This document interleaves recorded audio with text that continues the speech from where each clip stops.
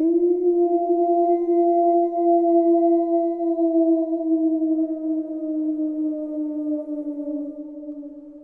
1997, a small family moved into an old wooden house in the outskirts of Maine.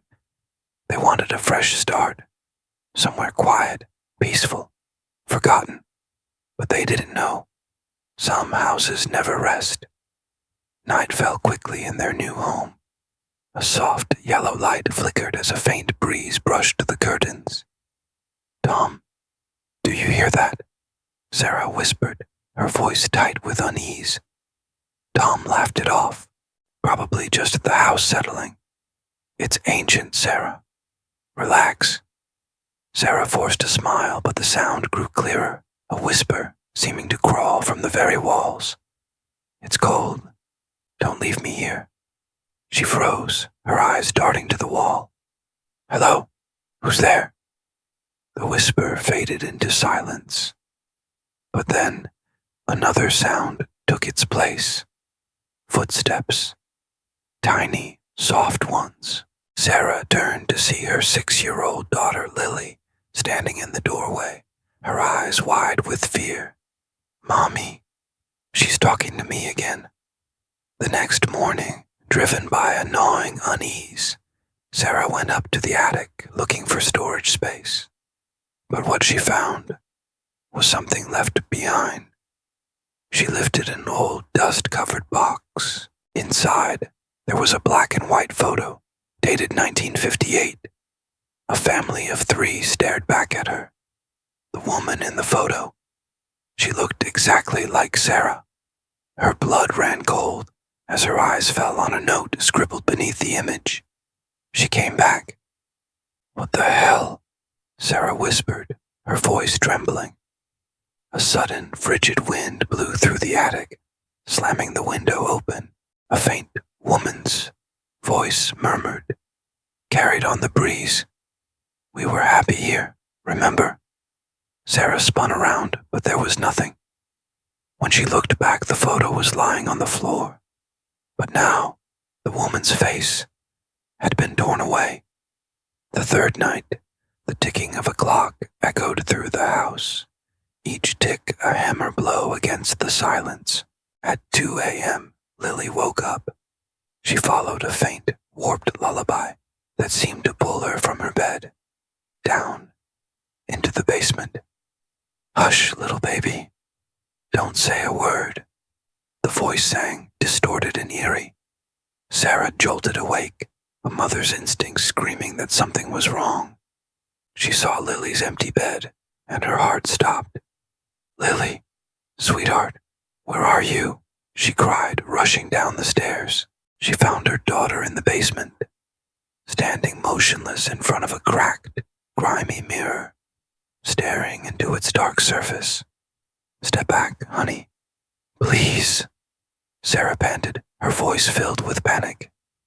Lily didn't turn. "Mommy, she's inside the mirror." Sarah grabbed Lily's hand to pull her away, and froze. In the mirror's reflection, there weren't just 2 figures. There were 3. A woman in a long black veil stood directly behind them, her face obscured by shadows. "Who are you?"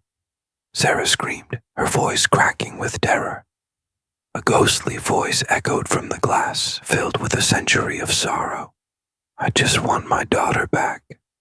Desperate for answers, Sarah spent the next morning in a dusty records office, her fingers flying through the old town files. An old clerk, noticing her frantic search, leaned over. "That house," he began, his voice low, "used to belong to a woman named Rebecca Moore. She and her little girl disappeared in 1958.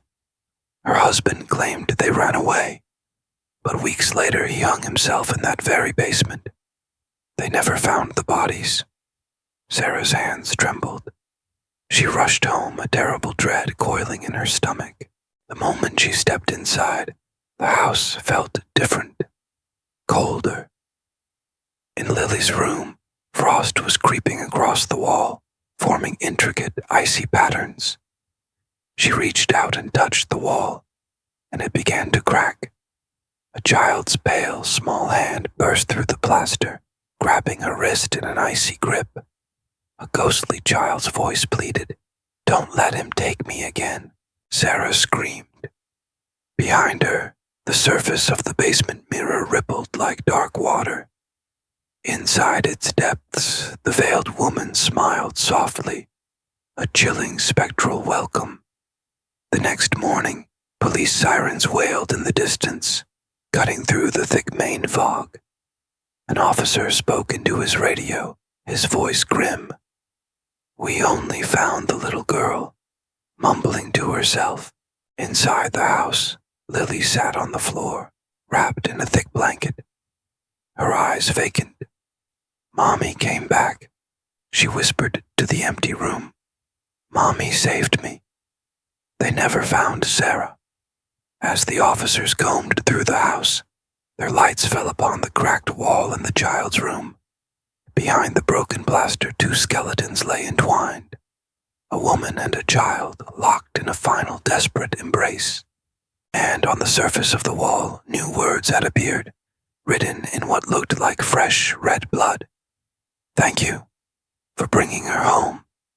The camera pans out the window. The house stands silent, swallowed by the fog.